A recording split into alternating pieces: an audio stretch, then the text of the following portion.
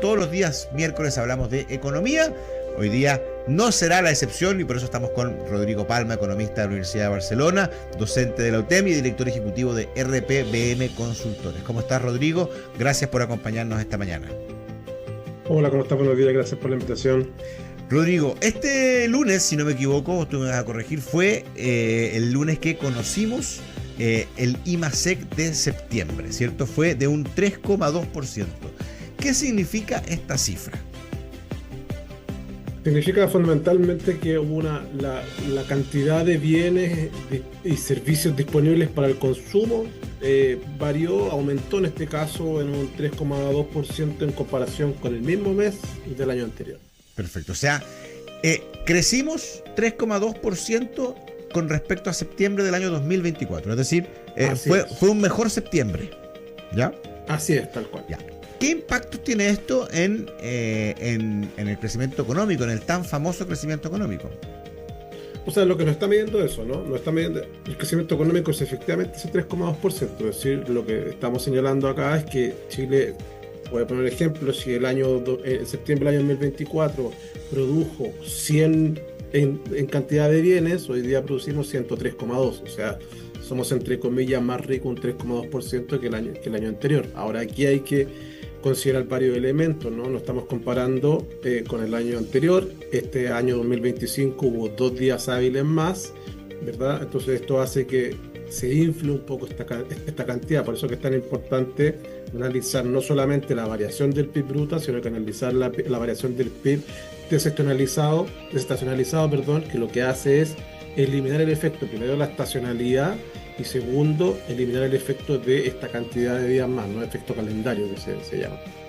¿Cuál es la relación? Porque muchas veces se produce la confusión entre el IMASEC de septiembre, el de octubre, el noviembre. ¿No es que estos IMASEC se sumen en el año para sacar el cálculo de cuánto creció Chile al final durante, por ejemplo, el año 2025? No es una suma. En estricto rigor, el IMASEC es una aproximación mensual que estamos desarrollando para el PIB, ¿no? Nos aproximamos, tratamos de acercarnos a ello, pero las mediciones del PIB se realizan de manera trimestral, semestral y anual. Esas son las mediciones que se hacen. Entonces, la próxima semana, el día 18 de noviembre, vamos a conocer la revisión que se haya hecho de la estimación del PIB del primer trimestre, y vamos a revisar la estimación del segundo trimestre. O sea, vamos a tener el primer semestre ya prácticamente cerrado para las cifras con las que el Banco Central va a calcular el crecimiento a fin de año. Normalmente se hacen revisiones, ¿no? Entonces, por eso que ahora se va a hacer la revisión del primer trimestre, que ya se entregó en la cifra, y se va a entregar la cifra del segundo trimestre.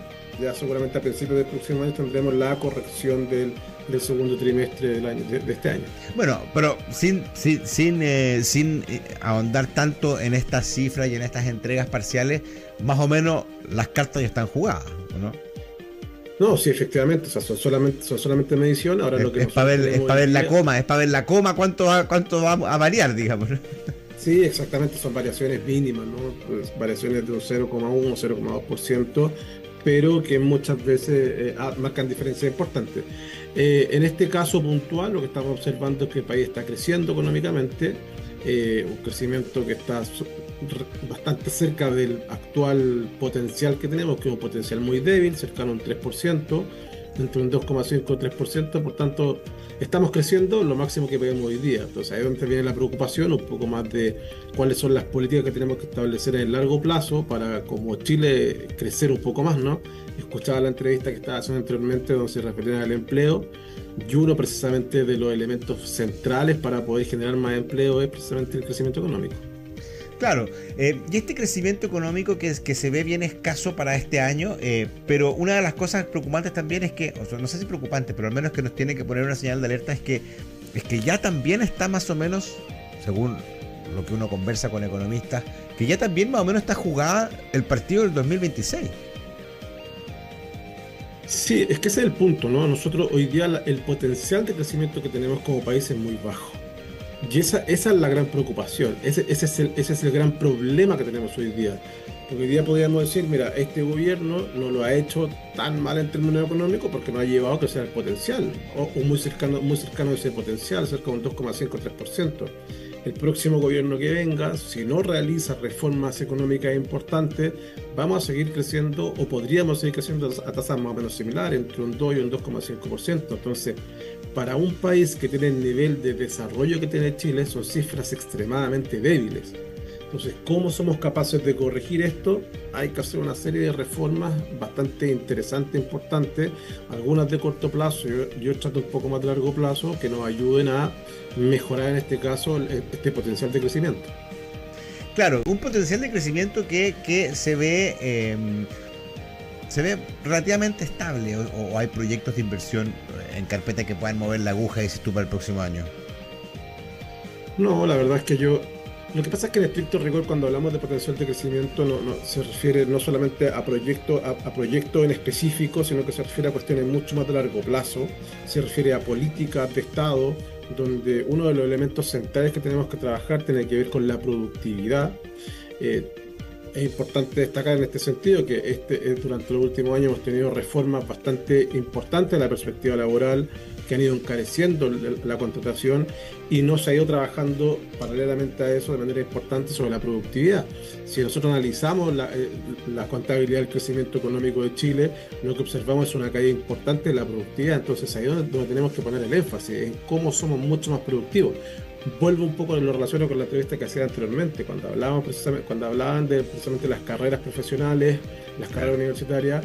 Uno de los elementos centrales tiene que ver con cómo hacemos que las personas que pasan a la universidad o que estudian una carrera sean realmente mucho más productivas, y no sea solamente pasar por la universidad para esperar ganar un poco más de plata, y que de hecho no lo están obteniendo. Hoy día necesitamos ser muchísimo más productivos, y solo de esa manera vamos a poder alcanzar las tasas de crecimiento que necesita el país, que deben ser en torno a un 5 o 6%.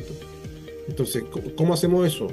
Hay varios elementos, un poco más de largo plazo, ¿no? Tenemos que capacitar mucho más a los trabajadores, tenemos que enseñar en la universidad herramientas un poco más tecnológicas que nos permitan hoy día ser mucho más productivos, mucho más productivos en el trabajo. Tenemos que ser capaces como país de incentivar la innovación a nivel nacional. Tenemos que pensar que las tasas de la inversión en I+D en Chile es muy baja, están cerca del 0,3% del PIB, cuando en los países de la OCDE están en promedio cerca del 3% del PIB. Entonces, y la inversión en I+D se asocia con innovación, y esto es lo que se asocia a la productividad de los factores, y esto es lo que hace que los países crezcan mucho más. De hecho, cuando analizamos el crecimiento económico de Chile entre el año 90 y el año 98 fundamentalmente, que es cuando más crece el país, hasta cercana al 7%, es precisamente el factor determinante en la productividad de los factores, que tiene que ver con una serie de reformas estructurales que desarrolló el país. Entonces ahí es donde tenemos que poner el énfasis hoy día. El problema está en que para eso requerimos de acuerdos políticos. De ahí es donde tenemos un problema importante.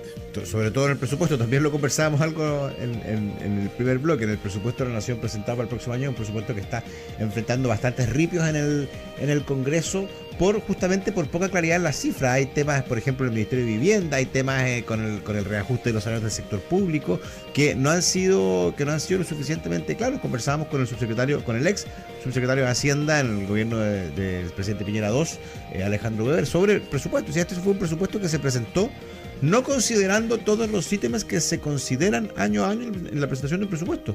Entonces, por supuesto que se van a encontrar, en la medida en que los parlamentarios vayan pidiendo la información, porque los parlamentarios que están en la comisión mixta de presupuesto, hay que decirlo, son parlamentarios que llevan mucho tiempo en esa comisión, en su gran mayoría, y que tienen un gran manejo de los temas precisamente presupuestarios. No llega ahí cualquier parlamentario, llegan parlamentarios que tienen cierta expertise en los temas más económicos, en el manejo de las finanzas públicas, y que saben dónde mirar también. Sí, efectivamente, y volvemos un poco a lo que te mencionaba recién. Acá tenemos un problema político, donde la coyuntura política, la próxima elección, esta polarización política que tenemos hoy día nos lleva a estar constantemente poniéndonos trabas a quién va a gobernar, o tratar de complicar a aquel que quiere ascender a gobernar, ¿no? Entonces eso nos impide tener acuerdos políticos relevantes para el Estado, que nos permitan precisamente tener tasas de crecimiento mayores desde la perspectiva económica. La economía finalmente, o la performance económica que tenga un país, depende fundamentalmente de las decisiones políticas. Y hoy día, como está compuesto, cómo se desarrolla la discusión política, tiene más que ver con una cuestión totalmente cortoplacista que pensando en situaciones de Estado de más largo plazo.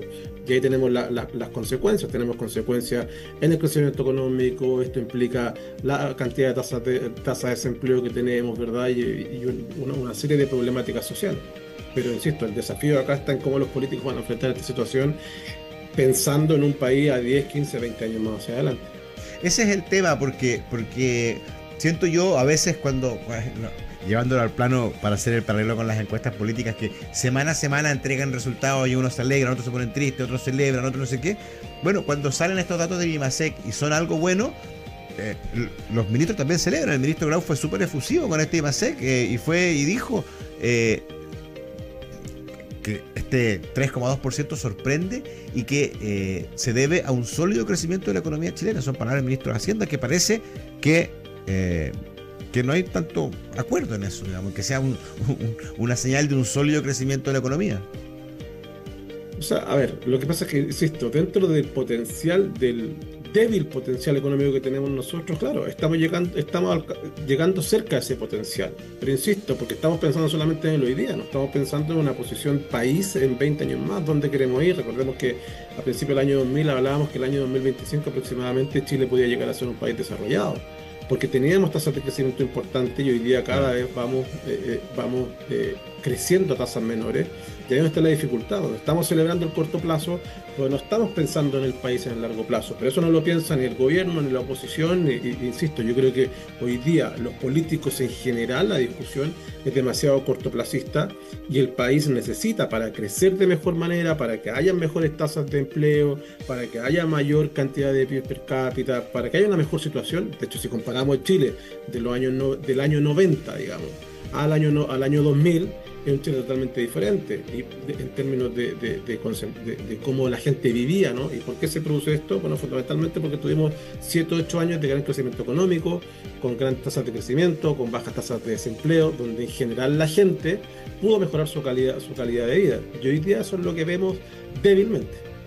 Y en una economía en que ya, como lo comentábamos al principio, las cartas para este año al menos y gran parte de lo que está sucediendo, de lo que sucederá el próximo año, también están jugadas, y donde hay acuerdo, sí, en las candidaturas presidenciales al menos, de que una reactivación económica es necesaria, todos lo ven, en eso más o menos, estamos hablando de las candidaturas que tienen posibilidades de ganar. No hay como doble discurso en eso, como que todos dicen, oye, si aquí la economía es fundamental, ¿eh? O sea, si incluso se habló de que en la candidatura de Janet Jara se hablaba al principio de la gente más ligada al Partido Comunista, decía aquí le estamos poniendo mucho empeño a la economía, oiga, decía como parelé. Claro, es que efectivamente yo creo que hoy día es transversal observar que es una necesidad de crecer mucho más, ¿no es cierto? Porque cuando el país creció se observó una mejora en la calidad de vida de todos los ciudadanos. Entonces, las carreteras que tenemos hoy día, las mejoras en la educación, las mejoras en salud, una serie de cosas que nosotros gozamos hoy día como país, se pudieron observar y se pudieron hacer efectivas a partir de este importante crecimiento económico. Ahora, si bien es cierto que todas las candidaturas están hablando de tenemos que mejorar el crecimiento económico, tenemos que incentivarlo, hay algunas que son bastante contraproducentes en su discurso. O sea, uno de los componentes importantes, por ejemplo, para el crecimiento económico es el gasto público. Y hay candidaturas que dicen que van a hacer una tremenda reducción del gasto público. Entonces ahí donde a mí se empiezan a producir algunas problemáticas del discurso, ¿no? Entonces, hay que revisar, insisto, pero más allá de lo puntual, porque en general las candidaturas lo que se han centrado en cuestiones de quiero hacer crecer el próximo año y ya está. Creo que necesitamos una política de Estado más de largo plazo que haga elevar este potencial de crecimiento de un 2,5, 3%, que lo vuelva a una senda mucho mayor de por lo menos un 5%, 6%. Y para eso requerimos de reformas un tanto más estructurales. Hay algunas cosas puntuales y coyunturales que se deben hacer ahora, pero algunas cosas un poquito más a largo plazo, ¿vale? Como establecer una política productiva, cambiar la matriz productiva del país. No podemos seguir produciendo lo mismo que estamos produciendo hace 15, 20 años atrás. Tenemos que hacer que los trabajadores puedan utilizar la inteligencia artificial, por ejemplo, como un instrumento, como una herramienta. Y esos elementos desde mi perspectiva, debiesen provenir desde el Estado como una política pública. Solo de esa manera vamos a lograr crecer mucho más. Así es. Bien, te queremos dar las gracias por estar con nosotros esta mañana, Rodrigo Palma, economista de la Universidad de Barcelona y director ejecutivo de RPBM Consultores. Gracias y que tengas una muy buena jornada. Gracias, que esté muy bien. Chao, chao. Y así llegó el momento de despedirnos y también de